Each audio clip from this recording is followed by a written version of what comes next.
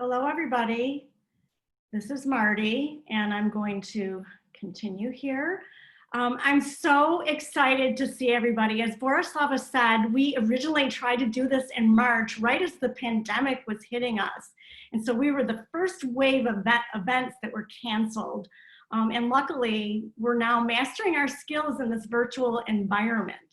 So I'm going to start off today's event with one question for all of you. If you can type your answers, just some of you, if you want to participate, what were you expecting when you saw the topic of career agility today? What were you expecting to hear, or what would you like to hear? So if you could just type some of those into the chat box, that would be great. And you could do that while I'm getting up my presentation, and I will take a look at the chat box after I get the presentation up. So I'm going to go in presentation mode. I see Rita Finley talks about how to be flexible and adaptable in your career. How to become more, Tim Gannon talks about how to become more agile in your career search. Another one says, Virginia says how to pivot. Pivoting a career through a crisis. These are really good and important things. Pivoting between functions, that is a really great one. How can we add value if our function isn't delivering at this point? The ability to apply skills to new opportunities and how to gain skills for another job. This is great feedback. We are going to cover a lot of that. Another one of my favorite things that just came through from Peter was talking about how to remain relevant. That's one of my favorite things. And then talking about the gig economy. How does the gig economy, which is such a broad term, how does it impact all of us? Again, we hear pivot a lot, and Peter got very specific about saying, how does this impact me with 3 to 5 years of top tier management consulting experience? So what is that the #1 requirement for most jobs? And so that's a question. So I am going to now, thank you so much for participating. Those are great spots to consider as we get through this. Okay, I am going to share the screen now.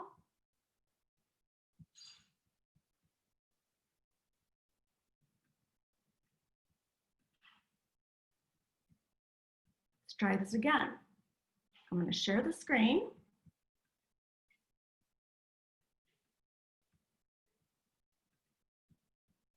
And third time will be a charm.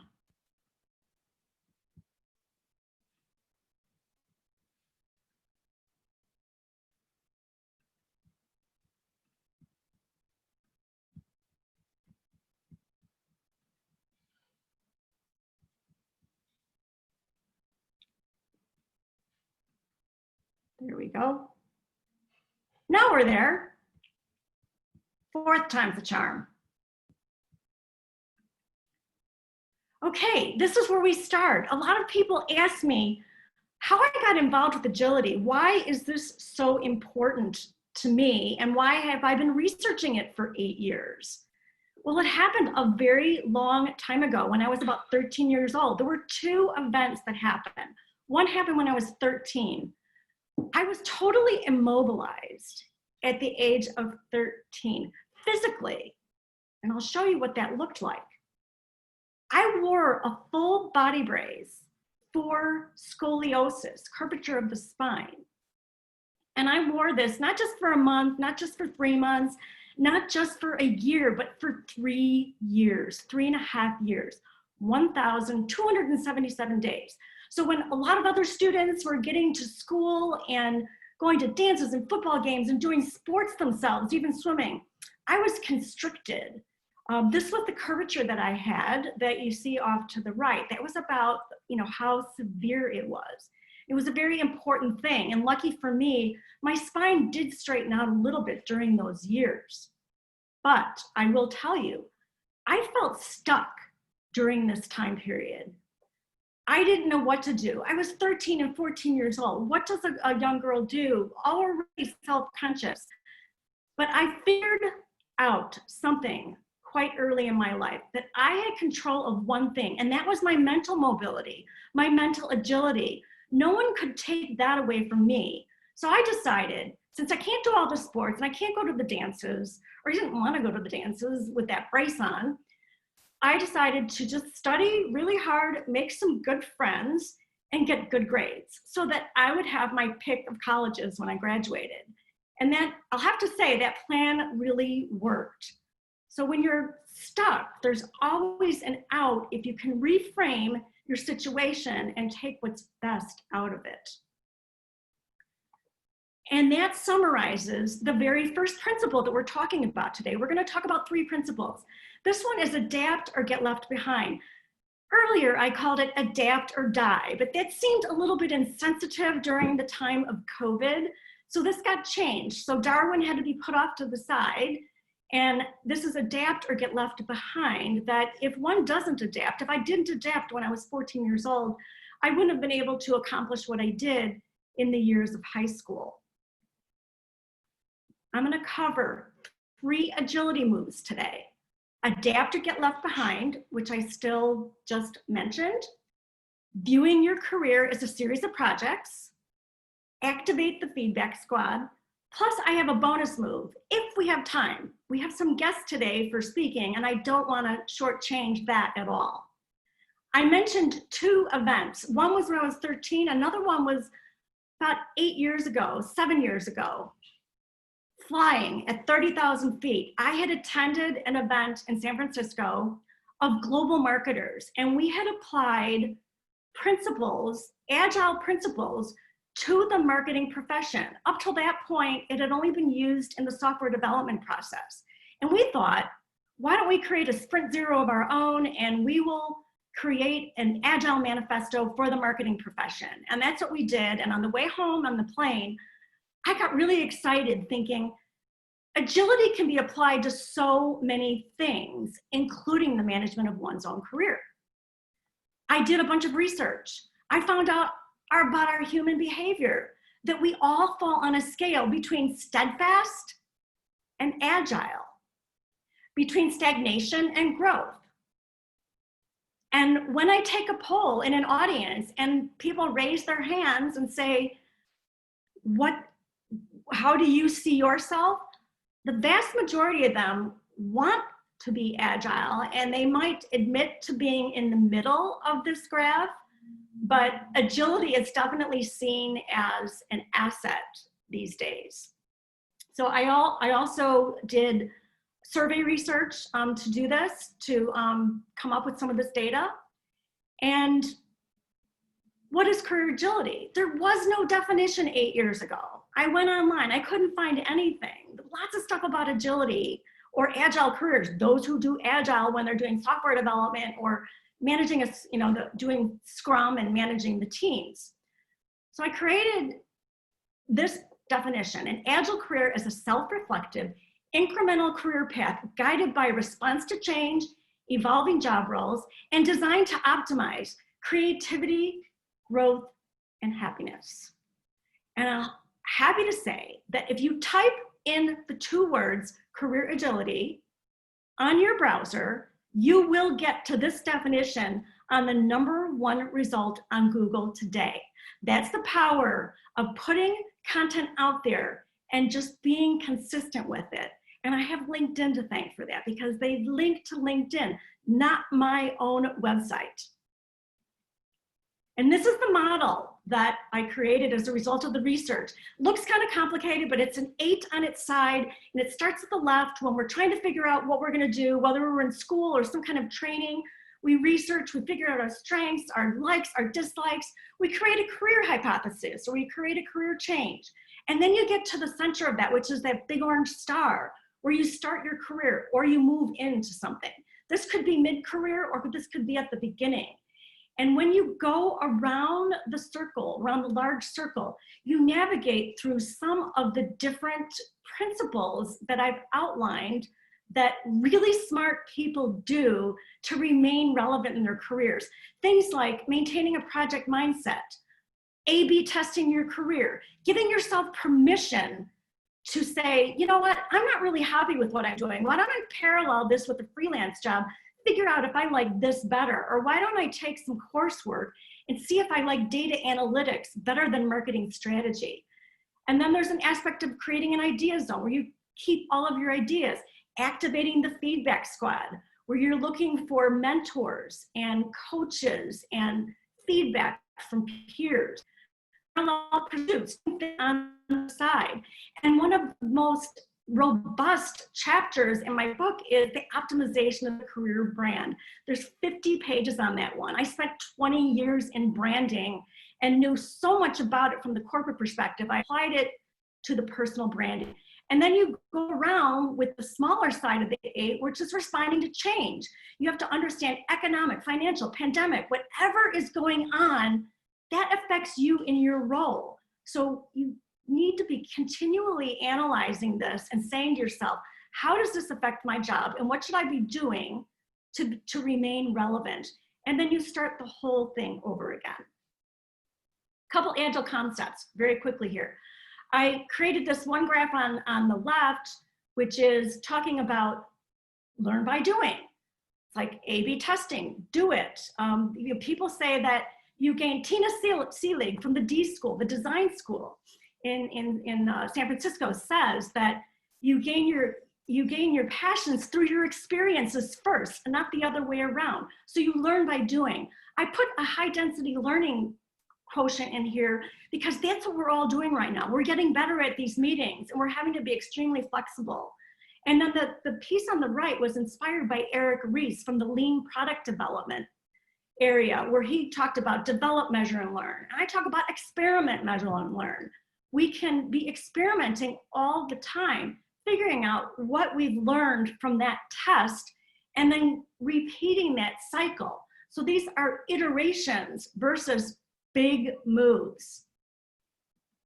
And now I'm going to be getting into this area where I'd like to invite Jessica Wong to present herself, just as the lead up into presenting her. And while she's getting situated, hi Jess, I'd like to just talk about one of the next principle, viewing your career as a series of projects.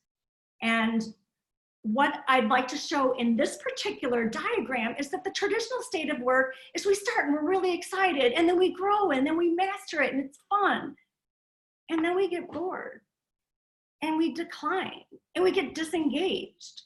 Reid Hoffman figured this out years ago when he started LinkedIn, and he created a culture within the organization to work with these tours of duties, 2 years or even less, to move yourself out of one job and into another and to always be growing. And it's more like this. Sustain your excitement and in your adventure in your job by moving through it like you are on a wave that you're surfing. And as soon as it starts to decline a little bit, take on another project. You don't have to switch 10 jobs. You can take 10 different projects within the organization. So this isn't meant to be job hopping. This can be done within an organization or in different roles. So I'd like to introduce Jessica Wong, called this one Marketing at the Edge of Medical Scientific Discovery and Health Tech. This is a picture that Jess was taken of her when she was working a stint in Switzerland for Genentech, which was acquired by Roche. So she accomplished quite a bit during those 2 years abroad, including a lot of hiking. So this is her career path. She started out as a management consultant. She worked at Accenture. She did process reengineering. Back when we didn't even have e-commerce and websites, she was tapped to lead some of those projects. And she learned a lot about the digital age. She didn't anticipate it. And that's an example of giving yourself permission to A/B test your career. She then became a product manager. She created a technology product that helped agencies communicate directly with physicians so that they could better understand the drugs that they were prescribing for their patients. She became a program director, focusing on pharma, a director of digital marketing, both in Chicago as well as San Francisco, because she moved from Chicago to San Francisco quite some time ago and is now living up a little bit further north of there now. and then did global product strategy in biopharma, and she's now a health tech consultant. My favorite quote when I interviewed her was, as long as I was doing something interesting for 16 to 24 months, I was engaged. In Silicon Valley, if you think of it as a project, it works. They want to do what's necessary to retain good people. So I'd like to leave this here and pose a question to Jess, is that if you could just elaborate on how you viewed your career as a series of projects, because you did talk about that. Absolutely. Hello, everyone. It's a pleasure to be here. I never thought I would spend more than 5 years with a company before I joined Genentech, because that was the longest time period that I'd ever spent with any company prior. In fact, Marty and I worked together at a company prior, and I was there for 5 years.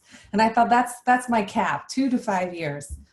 I joined this big pharma.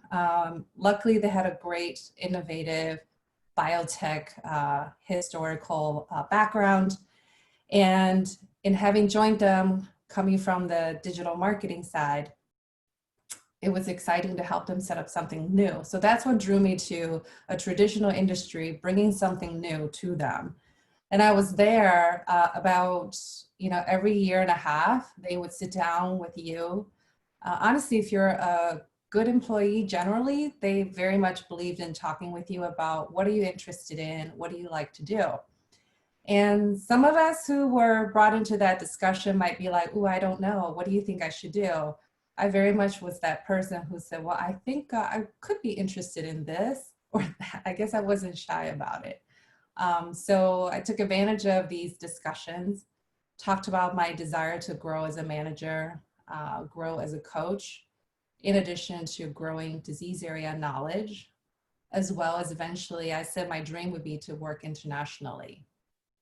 So in the 11 years that I spent with them, so that's 5 times 2 plus 1 for your math folks out there, I was able to work on a variety of disease states. So that's very much on the breadth side, right? Working on oncology, against metabolism, against cardiovascular. So that's just on the breadth side of content, to me having been an individual contributor, managing 3 people, managing 5 people, to ultimately managing a large group of people, influencing various talents across the globe.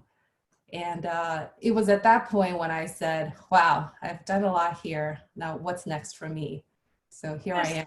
So let's talk about that, Jess. So Jess and I used to talk, and I used to say, wow, you're helping cure cancer. You're helping to find solutions for curing cancer. And then I went onto the website recently, and there's COVID everywhere. So I'm certain that they're involved in some solutions for everyone's trying to figure out how to find this cure for COVID.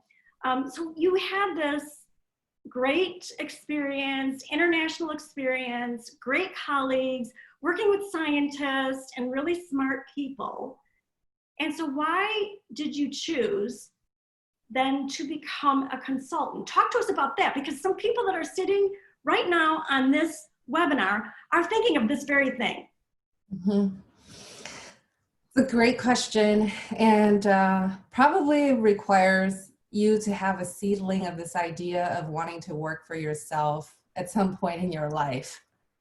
So I did have that seedling of idea for myself at some point in my life. And as long as I was interested in the projects or the assignments that I was given at a company, that seedling didn't grow that big, but it was always behind, in the back of my mind. And I felt like after spending 16 plus years in biotech and pharmaceutical, it was probably time, and pretty much having done what I wanted to do with that career on the industry side, I felt like, okay, now I can unleash that seedling of idea as my next challenge in my life to bring it to life. So I also felt like when I was going through this transition, it was a little bit scary, right? Anytime you go from a very stable job to now all of a sudden having to go call on clients or create your own book of business. It could be a little bit scary. But I wasn't too daunted by that because I felt like my network was strong enough after 16 plus years. And I had worked hard to create a reputation that I could stand my feet on, that, I need to start with people that I know and just put the words out there. And one thing led to the other, projects started to happen. One project with a client became 3 projects with him over, a 9-month period. But I don't want to be all like, I was confident it was going to work. No, I wasn't so confident it was going to work. I just knew that I had this idea in the back of my mind. I've done a lot with the industry, especially on the inside. It's time to get back out there and give myself a new challenge. And I've always wanted to work for myself. So then I relied on my network, and here I am. And actually, as of March, one of those projects became a stealth health tech startup in the San Francisco Bay Area. So I just decided to join them. Oh, wow. So another challenge ahead of me, Marty. That sounds so exciting and so agile. I knew there was something going on that you were pursuing in parallel with your other work. Again, pursuing things in parallel makes you interesting and interested in other things. So I think you making this switch, now you're going to be going to an entity that is a little leaner than the organization that you came from. And there's something else people should understand. When I talked to Jessica a few months ago, she said that, she goes, Marty, I hate sales. I hate the piece where you've got to close and, bring in your business. So she did align herself with an agency that would broker some of those things. That may or may not be possible with your career, but in just this particular situation with biopharma, it was. So before we close this off, I would like to ask you, what would be your best advice for managing a career in this crazy time? It's so risky. It is a crazy time, and I hope everybody on the line is staying well and staying healthy. That is the most important thing. And I have for a digital person, health tech person, I have a very analog piece of advice, which is to be good to yourself. I find myself, whether if I was working remotely, working on projects with East Coast for international clients, to now basically in a startup environment, very busy on Zoom all day. The routine that you have in between meetings, in between client projects is important. I think I look at it as on a micro level, give yourself permission to refresh, replenish. I have a yoga mat next to my desk. Of course, when I do my stretching poses, the camera's down, but I needed that to take care of myself so I can be ready for the next meeting. And on a macro level, in between jobs, in between projects or clients, go read up on learnings. And I know it sounds really cliches to go read up on things, but when I look at the slide that Marty, you presented earlier of my career progression, one of the first things I did in my life was being a product manager. And now I'm actually running a product management team.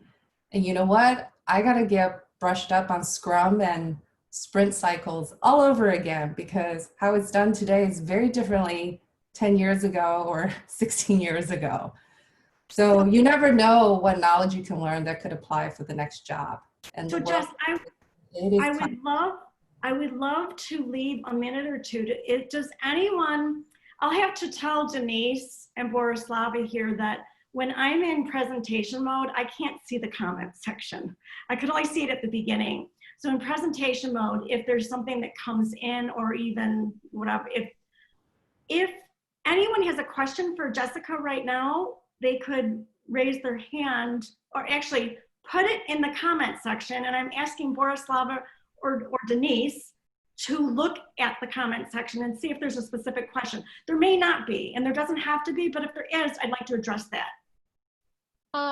Marty, there is one question that came up as Jessica was talking somebody is a recent graduate at the age of 60, and they're asking what methods maybe you would recommend to create an exponential upward start,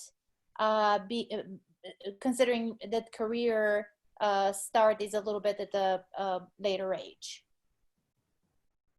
You mean like how to have a jumping off point when you have a career change at a later phase? Is that what?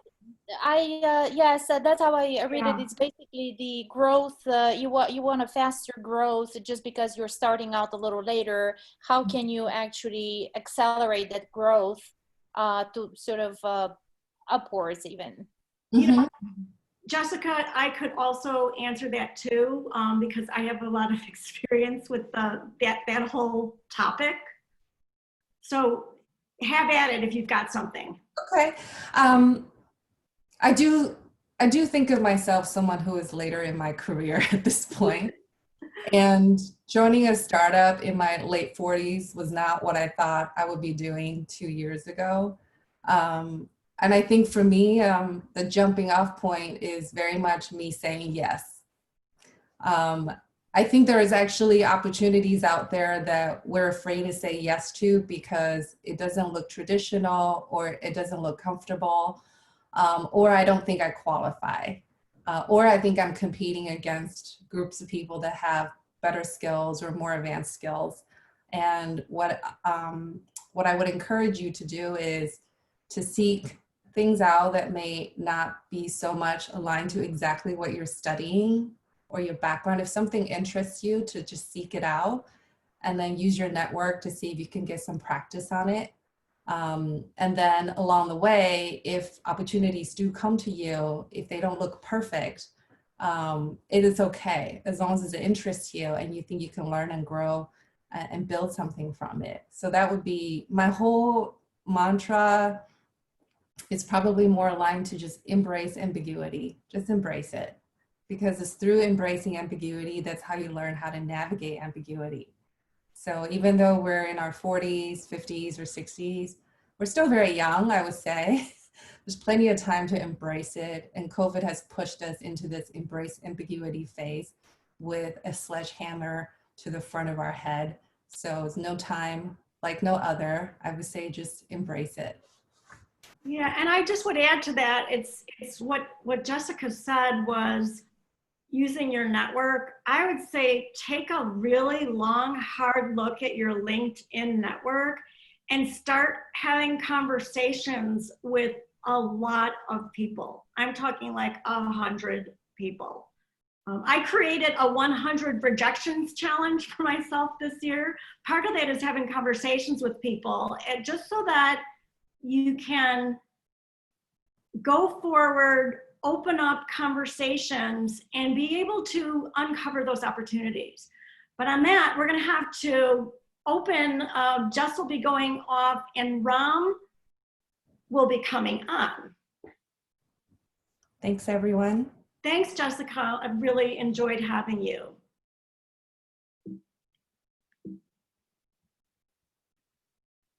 Okay. I'm having some technical difficulties here, and I don't know why.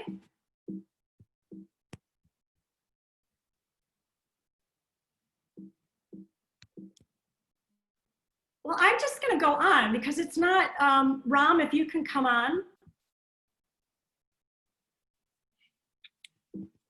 For some reason, Hello, the everyone. system, I'm going to say, well, welcome, Ram. So happy to have you. We have the wrong slide up, but we're going to be flexible here because I am stuck. So we're going to do this without the graphics. We're just going to be agile here. The next particular slide is the activate the feedback squad. And I thought of Ram for this one because when I was interviewing him, he told me what a big impact this one person had at Motorola for him, because she understood his emotional intelligence and soft skills. And he'd never really thought of himself. He was an engineer. He had 2 engineering degrees. and, you know, a master's degree, including that. And he started to, you know, talk to her, and she said, I really think that you'd be a great candidate for business school. And this is how he eventually got into business school. He had a very good mentor. And so that's what I want to share about activate the feedback squad. It doesn't have to be a mentor, it doesn't have to be a coach. It could be peer, it could be reverse mentoring. It could be people that you know that are in your network that you just talk to on a situational basis. So those are some of the things with activating the feedback squad. Ram, I don't have your picture up here, and the quote that I had was the one that was talking about the emotional skills and the soft skills that you didn't even realize you had. And if I were to, I will, since I don't have Ram's progression, he started out in engineering. He was in Motorola. He was in, I actually worked with him at a mobile security company back in the day, and he worked his way all the way up to become a chief technology officer at a growth stage company right now. So I am going to go to Ram with my first question. And I would like for Ram, for you to elaborate on this idea of mentorship and what a difference it made for you. Yeah, first of all, humbled to be here. Hello, everyone. Thanks for that intro, Marty. I've had a great fortune throughout my career of having some amazing mentors. And collectively, these mentors have been my past bosses, colleagues, and friends.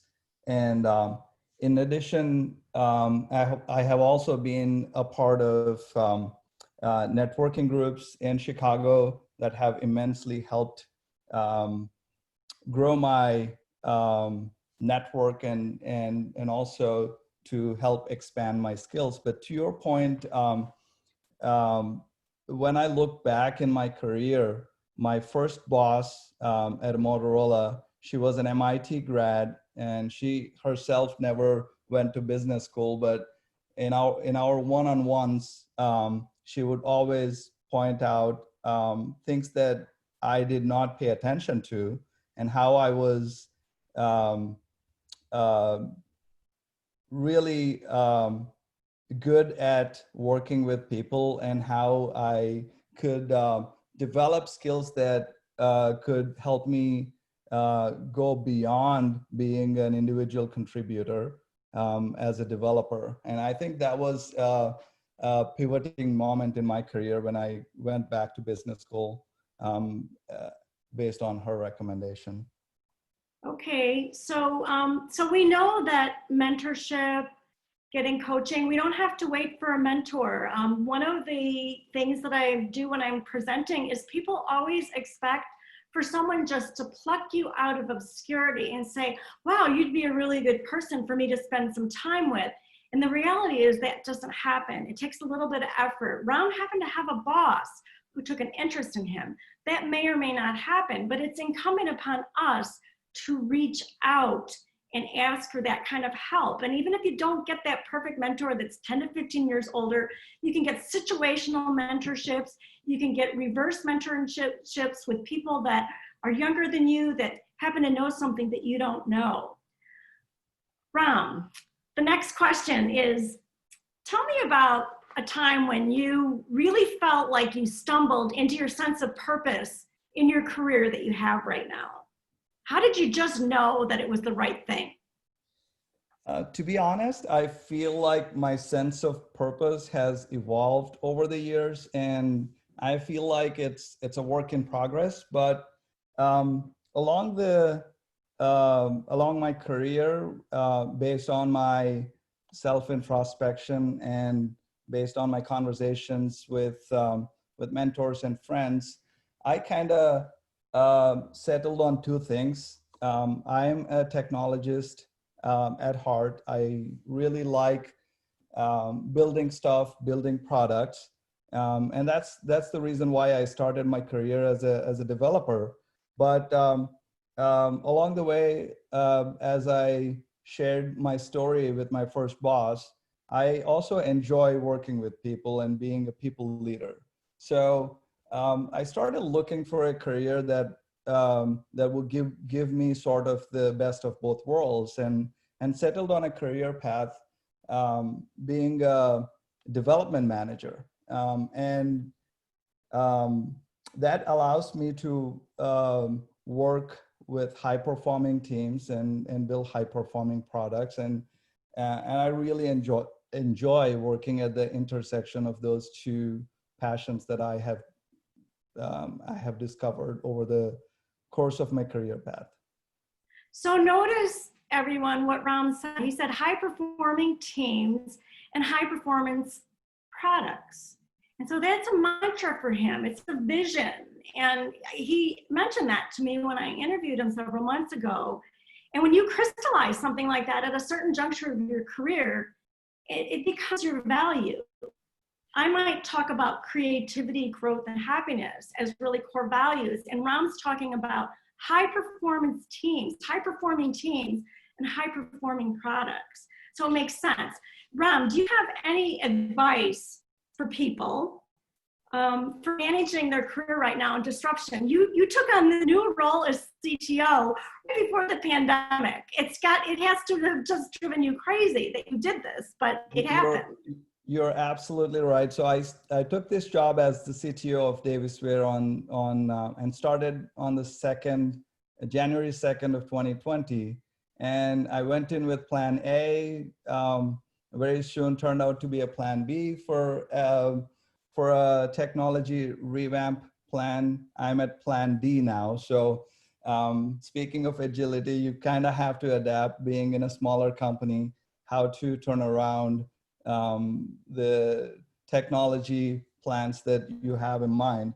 But to your question of advice in an environment like this, I have personally been through few recessions myself. So when I first went through the .com bust in 2000, I had just started my career in 1999. So I was extremely nervous. And so I walked into the office of the chief architect. His name was Paul, and he's calm and always has amazing advice. So I personally asked him what would he recommend, and he was extremely generous, and he gave me kind of 4 things that kind of stuck to me throughout my career. And the first was always to have an emergency fund. So that kind of always gives you a financial security in a time of uncertainty. And number 2 is always to learn new skills and develop marketable skills that would help you not only grow in your current role, but also to help you find a new opportunity, and always have an updated resume. And number 4 was never to burn any bridges. And I think that advice kind of stuck to me over the years. And no matter how uncertain the times are, I think those principles have helped me immensely over the years. And again, that reinforces this activating the feedback squad. We all have the potential to reach out and ask for help, even though it seems ridiculously hard at times. I would like to, before we stop with Ram, I would like to ask Denise, who is working behind the scenes, if she could run the only poll we have for today. It's a multiple choice, and it might be interesting for all of you to see what the answers are to this. So it's a poll that just identifies what state you're in. Are you in the middle of job search? Do you love what you're doing and you're happy where you're at? And you just basically, it's multiple choice. You get to pick one of them, and then we'll get a dispersion of what that is. So while you're doing that, if there's any questions is there a question that someone has for Ram? He's got an engineering background. Before he went to Davisware, he was at SAP, he was a VP, really solid, stable job. Now he's going to a growth stage company with a little bit more risk. So does anybody have a question for Ram? And they don't have to, But if you do, I'd like to leave that open because I can't see the questions. This is Denise. I just want to jump in. I know you touched on this a little bit with his previous boss being such a champion for him as part of the feedback squad. But we had a question about, how do you create your own feedback squad? Who do you look for to build that out? Do you want to handle that, Ram? Yeah, something I've stumbled upon being in Chicago is there's a huge network of CTOs that one of my friends who I worked with recommended me to. So being part of this CTO network has been an amazing experience, an amazing learning experience for me because a number of these CTOs have immense experience working in a number of different companies in Chicago area. And we have got a Slack channel at any time we run into any challenges technically or organizationally. There's always this network that I could tap into to help solve some of my daily challenges. And there's also a number of events that the organization runs, and it's fantastic. So you just have to seek out, as Mark said, or as Marty said, you will find that there's a number of networks out in Chicago area or wherever you are that you could tap into, and the technology makes it really easy to connect. Thank you. Thank you for that, Ram. So now we're going to move on to the balance of Q&A for the rest of it. And I have a few more slides. I said I was going to have a bonus slide. So we're done with that. I wish we could stay on forever, but we've got a tight time here. The next particular principle is responding to change. I mentioned that on the eight on its side, responding to change, economic, financial, pandemic. That this is the Elizabeth Kubler-Ross change curve, that we resist this. And then we get to the depths of despair before we really accept it and move on. And I think there's a little bit of this happening in all of us right now. The most important thing, I have a couple case studies, but we don't have as much time with that. But the most important thing here is don't do nothing. Always take action. If something is happening and AI, artificial intelligence, is really taking over the world in your company, figure out everything that you need to do to be there with artificial intelligence or machine learning. You don't have to do the code, but you need to know how to manage it. You need to know how to be a cobot. You need to be working side by side with robots. Things like that. So don't do nothing. Always respond to change. My best example of something that I didn't respond to change, I worked for a company. We got acquired by a Fortune 100 company. All of my fellow executives were figuring out where their role was going to be in the acquiring company. And I was working hard on closing the deal and getting all of the information out there. And when it came time for us to be given our roles in the new company, my slot was 2 layers lower than it should have been, and the salary was horrible. So I hadn't been advocating for myself. I did change that, and I was a holdout. They couldn't close it without me, so I was able to talk to them and renegotiate that, and hike it up about $40,000, and also get the title that was due me. But that was an example of, you can have good things happen, not necessarily bad things that are happening. So on that, I just wanted to let people know this. You're going to get this in the email from Borislava. These are bonus downloads. I have a 28-page white paper and a career agility guide that you can use. There's an event discount on Amazon. You could just go straight to Amazon. There's audiobook, ebook, and paperback. The most robust chapter is the one on the optimization of the personal brand. It's really a very helpful chapter to tell you exactly what to do and how to communicate to your market. It's on my website at martikonstant.com/bonus resources. Again, you're going to get that, but I wanted you to know that that was there.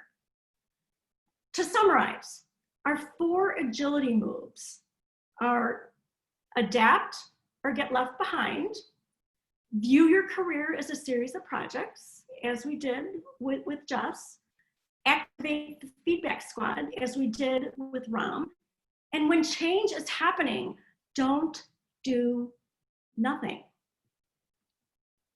And I just wanted to put this up here. I felt akin to Forrest Gump when I got that brace on, actually in retrospect, but he was put in these braces and he couldn't move very well, and it was very embarrassing. And it was a movie, but it's something that spoke to me.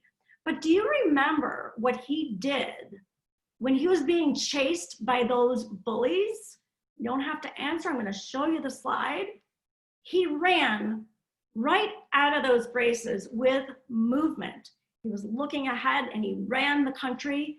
It was always about the mobility. So this happens to be one of these poignant films that enables me to understand what I did when I had the brace and wanted to just, explore everything when the brace was off and moving beyond. So I'm gonna put to the, here's the bonus materials for the people who want that, but I wanted to leave this open for any other questions that people have. Jessica's not here, but Ram is still here and I'm here. Do you have any questions about the model? Questions about the pandemic, uncertainty, anything about job search at this point? Because I'm exposed to a lot of job search techniques. Any questions? Marty, this is Borisova. Thank you so much. This was actually excellent information. I really enjoyed it. We got a couple of questions that came through a little earlier. One, what advice do you have for someone for reinventing yourself when changing roles? So you're changing a role and you would be reinventing yourself to accommodate that new role. That's my understanding. And the best friend that you have is your curiosity and your ability to learn. You don't have to necessarily take a new course, or a new certificate course, although you could. There are so many opportunities to learn on Skillshare. I'm part of an executive learning exchange internationally, and there are so many different places you can go to learn and sharpen up so that you don't have to be embarrassed and say, gee, I don't know that. I would say read as much as you can. I would take a page out of Ram's book. I would join a group. I'm very interested in learning, and it took me a while to find this executive learning exchange of chief learning officers. And I realized, you know what, I am a learning person from way back when. I just never found my people until I found the CLOs and the people that are training people how to succeed and work on a skill. So I would say that would be the best thing to arm yourself, and then bring yourself into conversations with a little bit of knowledge, but also a little bit of humility too, and sharing that with the groups that you're engaging with. Thank you, Marty. There is another question now with the with the class that is graduating. With so many internships being canceled, what recommendations do you have for graduates to optimize a personal brand to reach a wider network? Okay, I think I know who might have posed this question, but I would say that there are a couple of things you can do when your internships get canceled and you're still in college. One of them is to sharpen up on the classes that you couldn't get last year to make certain that you can stay on top of the coursework. Typically, when there's a recession, this happened in 2008 and 2009, a bunch of people went back to school. They don't know yet what's gonna happen in our educational system right now. If people did go back to school, it would be good for the educational systems, but we're out on the fence about that. So I would say getting additional training, But the network, you asked about the personal brand, the network is so important. It's never too early.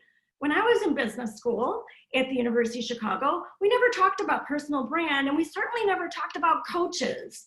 I would say avail yourself to the coaches that are available at your university. Go there, meet with them, find out who they are. There's ones that specialize with the graduate school level, and there's ones that specialize with the undergraduates. Make appointments and find out what they know. Sometimes they know more about your network or your industry than you do. So not only are they able to ask good questions and help you, they also know a lot about the industry and what's going on in the market because they've been coaching for a while. So I'd say that is one thing. And then the other part about personal brand, I can't say enough about LinkedIn. I use 2 social networks. I use the Instagram it's my idea zone. It's where I sketch out my ideas that I eventually sees it in articles and books. So that is my creative zone. And then I use LinkedIn, and LinkedIn can do everything that you think that it can do. It could do 10 times more than you think it can do. And initially, you've got to get a good photo. You've got to write a good description about who you are. And then that place that tells you what you are, it's basically your billboard. It should be written in first person. You're not writing about yourself in the third person. You might be saying what you're looking for. You might be saying what you're good at. It's conversational. It's authentic. People want to get to know you. It is not your resume with a bunch of bullet points. And then the other thing on LinkedIn is, as a marketer, I spent a lot of years in marketing. And one thing that we did in defining markets for products is we defined the ecosystem for the products. Define the ecosystem for what it is that your industry is. Follow and connect with as many people as possible and start engaging with them and having conversations offline. It takes time. It does take at least a half hour a day to do this. A lot of people don't realize that. An hour would even be better. It's a lot of time. But within a year or 2, you are going to have the most amazing network. You're going to have job opportunities, and you're going to have, all kinds of things. Thank you, Marty. One last question. I think we have actually a couple of other questions before we have a couple of minutes. What kind of, I guess the question was the 100 rejection challenge that you mentioned earlier. Okay. Tim Gannon wants to know what is the 100th rejection challenge, and then what kind of job search techniques would work well right now? What do you think? Okay, so the 100 rejections challenge, it's kind of a psychological game to make you feel really good about rejection. I decided that one of the things that I was weak at was outreach for business development.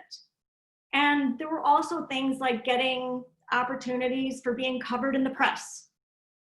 So I made a spreadsheet and I targeted 100 different people. And it's gonna be like 500, but it's about 140 now.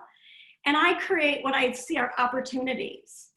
And then I measure that and I create touch points that I'm reaching out to them on LinkedIn. I'm talking to them. We're having a meeting. We're collaborating on a project. The best way to get an opportunity with anyone is to collaborate on a project with them. So if you're on a committee with them, anything like that. So the 100 rejections challenge is, if I'm looking to seek an opportunity and then I find out that I don't get it, say I don't get a keynote speaking engagement, or I don't get the training gig that I wanted, I get really excited about it because it's just one more thing that's off the list and I can get on to the next one. It's an old-fashioned analog sales technique that people use. You reach out to a lot of different people. I got the idea from a journalist who wanted to get her articles in publications. To get 100 rejections, you have to reach out to at least 500. So that's one thing. And then what are the best techniques for job search? I would say the techniques of reaching out to people and talking to people on LinkedIn, saying, you know, I really noticed this article that you published. I like your perspective on that. Would you have some time to talk about it? I'd like to find out further about that.